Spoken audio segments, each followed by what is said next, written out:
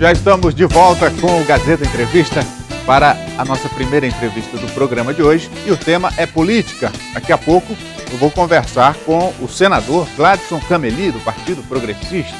Senador que estava ausente do Estado há algumas semanas em função da agenda dele e agora vem aqui para a gente colocar os assuntos em dia.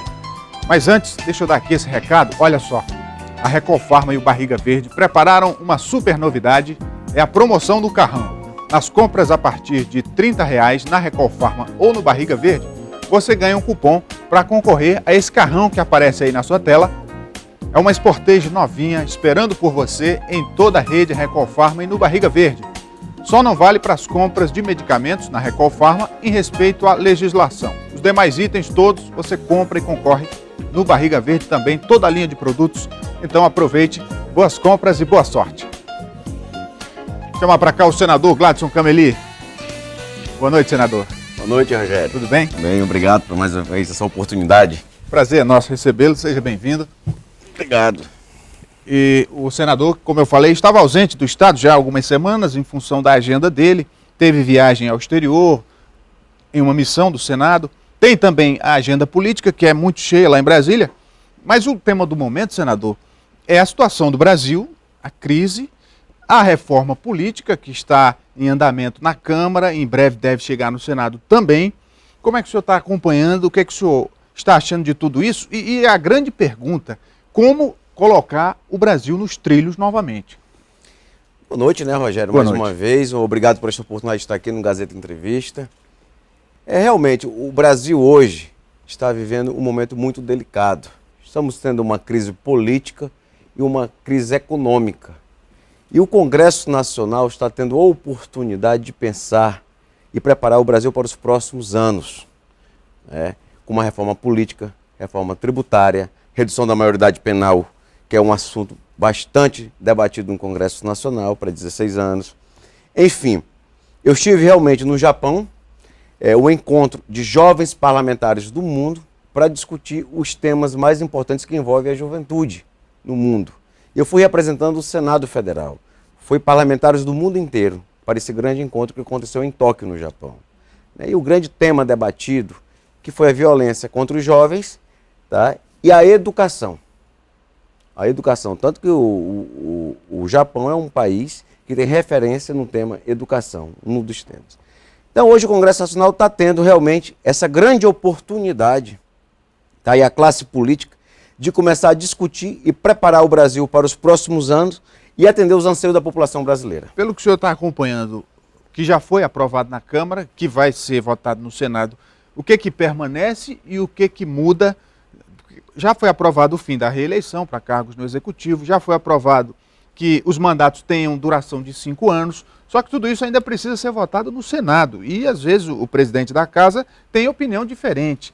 Como é que o senhor vê o que permanece e o que muda? Primeiramente, eu acredito que permaneça tudo que você falou, mandatos de 5 anos, né, governador, prefeito, deputados federais, deputados estaduais, vereadores, tá? Que acabe assim, realmente com a reeleição, que eu também sou de acordo, e a unificação dos mandatos. Tanto que essa reforma política é a partir de 2022.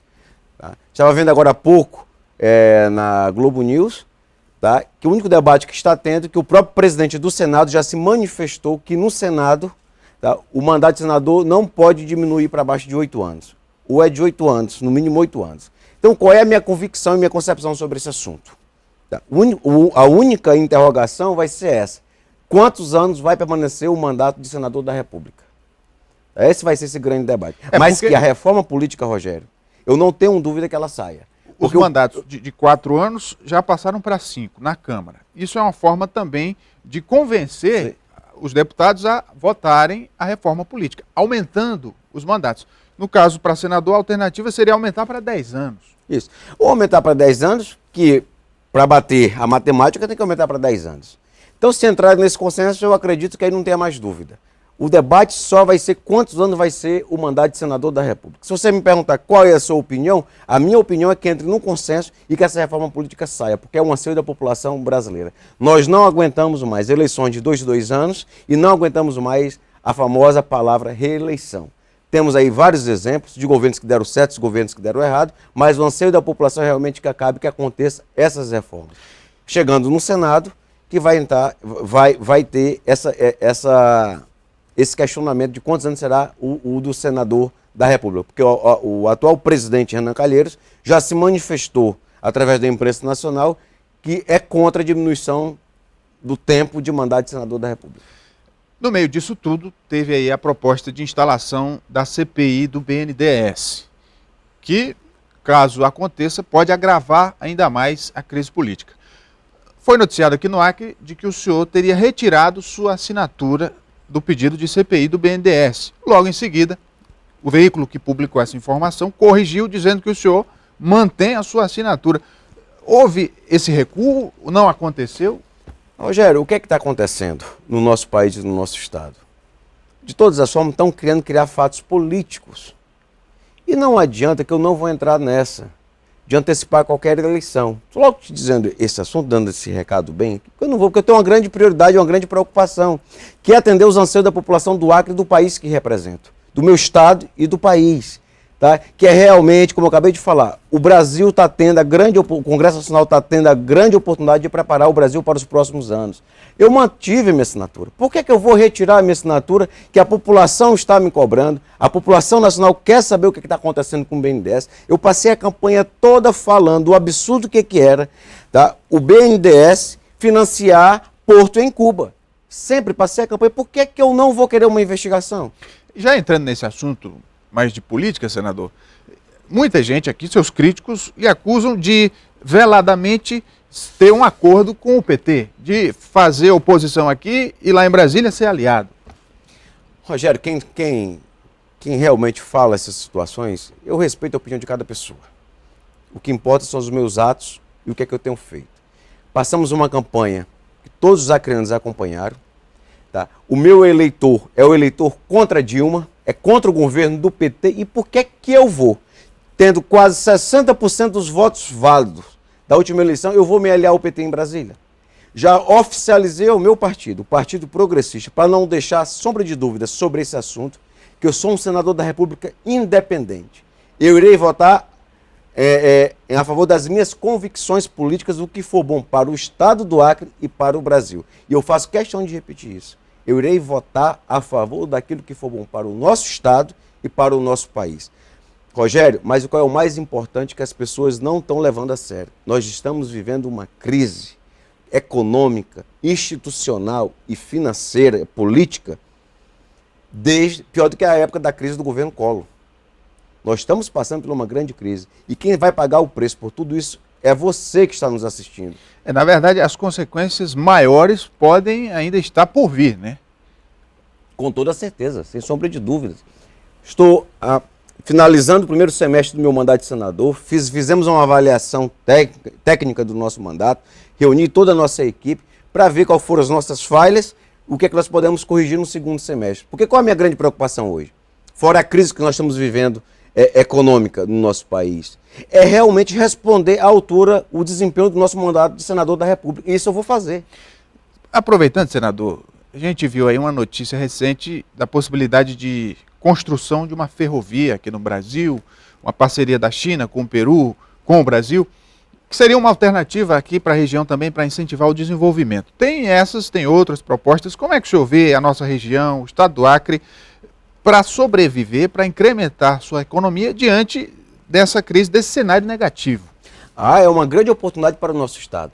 Agora, o Brasil, e quando eu digo o Brasil, eu falo diretamente da presidência da República, temos que acabar com a demagogia. Qual é o grande entrave que está aí? Não é conseguir recursos para fazer a ferrovia. O impacto ambiental. A presidência vai ter poder mesmo para ir para cima para resolver a questão do impacto ambiental sobre isso? Pode demorar muito, né? No mínimo 2 anos já tenho informações sobre esse assunto. Estão criando uma expectativa como se a obra já vai começar amanhã. Tá? Os chineses estão em todo vapor querendo realmente fazer essas parcerias bilaterais. E é uma grande oportunidade que o nosso Estado precisa. Mas para isso, o Brasil e a força política do Executivo Nacional tem que ter pulso e firmeza para não ficar num discurso e que tudo que vem para o discurso não ir para a prática. Sou totalmente a favor, é uma grande oportunidade. Já temos aí a Estrada do Pacífico, Tá? O elo entre o Brasil, através do Acre, com a Ásia, a forma é o Pacífico. Então a ferrovia está vindo num grande, bom momento, sou totalmente a favor desse assunto. E também como acabar os entraves, né, da nossa própria rodovia transoceânica, que está aí, está pronta e não está tendo o devido aproveitamento como deveria. De fato, o tema rodovia também foi muito discutido semana passada e retrasada por conta da BR-364, que ainda está em situação ruim, o tráfego está prejudicado, e a Assembleia Legislativa do Acre fez um movimento no sentido de instalar uma CPI para investigar as obras da BR-364.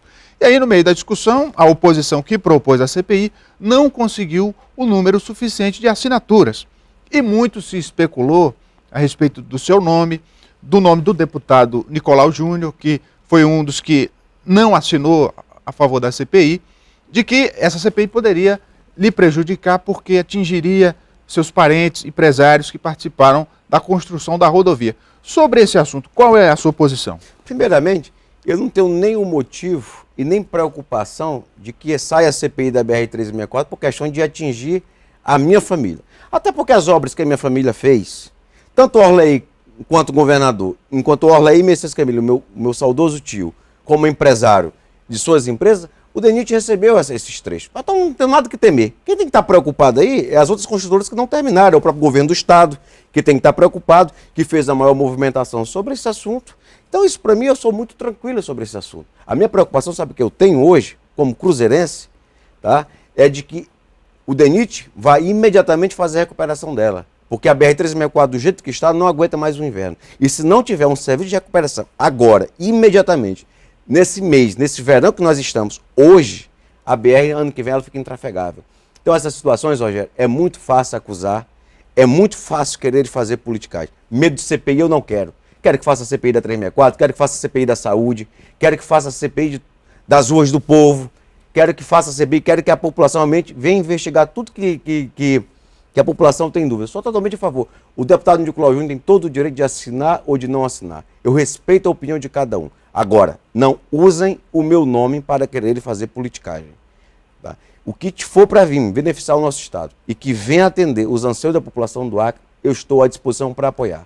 Outro assunto, senador, que o senhor também esteve estampado nos jornais do Acre por conta dele, foi aquela situação envolvendo a sua carteira de habilitação, que foi suspensa, o seu direito de dirigir, em função de uma infração de trânsito cometida há muito tempo atrás. E o senhor não se pronunciou. Há 4 anos e meio, né? Pois é. E o senhor, o que pensa disso? A proporção que deram a esse fato? Politicagem. O Detran fez mais do que seu dever de direito. Sou um cidadão comum com qualquer um. Até sirvo de exemplo para os demais autoridades aqui do Estado, políticos, secretários, que me tenham como exemplo. Eu não sou o dono da razão, não sou o perfeito, sou um cidadão com qualquer um. Então tá lá, vou mandar entregar minha carteira, vou cumprir o meu papel de cidadão e estou dando um bom exemplo de fazer como tem que ser feito um político. Não está acabando com blitz e está usando suas prerrogativas de que tem. Eu sou político para exercer o mandato de senador da República de homem público. E quando eu cometer meus delitos, como foi essa questão da blitz, há 4 anos e meio atrás, que só agora pediram minha carteira, me pediram de dirigir, que está certíssimo o Detran, está cumprindo o seu papel, eu só tenho que mandar entregar e fazer o que é que... Com a justiça você não se discute, você cumpre-se. Senador, também tem sido observado no seu comportamento o fato de que o senhor tem mantido uma postura muito serena diante das suas críticas, isso desde a sua campanha para senador, em que o senhor nunca revidou os ataques, sempre com uma mensagem muito positiva, e que o senhor permanece nessa linha. E nos últimos dias, o senhor recebeu muitas críticas, inclusive de aliados do período da eleição, e o senhor mantém essa linha de manter essa postura serena. Diante dessas críticas de seus aliados, eventualmente, de seus adversários, no momento em que já se discute, por exemplo, eleições de 2016, eleições de 2018, como é que o senhor está administrando tudo isso? Eu com muita tranquilidade. É como eu te falei aqui no início dessa entrevista, Rogério. O nosso Estado tem tantos problemas, o nosso Estado está enfrentando tantas dificuldades. A minha grande preocupação, como eu te disse, é tentar pelo menos fazer o que é de certo direito, fazer meu grande mandato de senador da República e responder à altura, à confiança que a população me deu.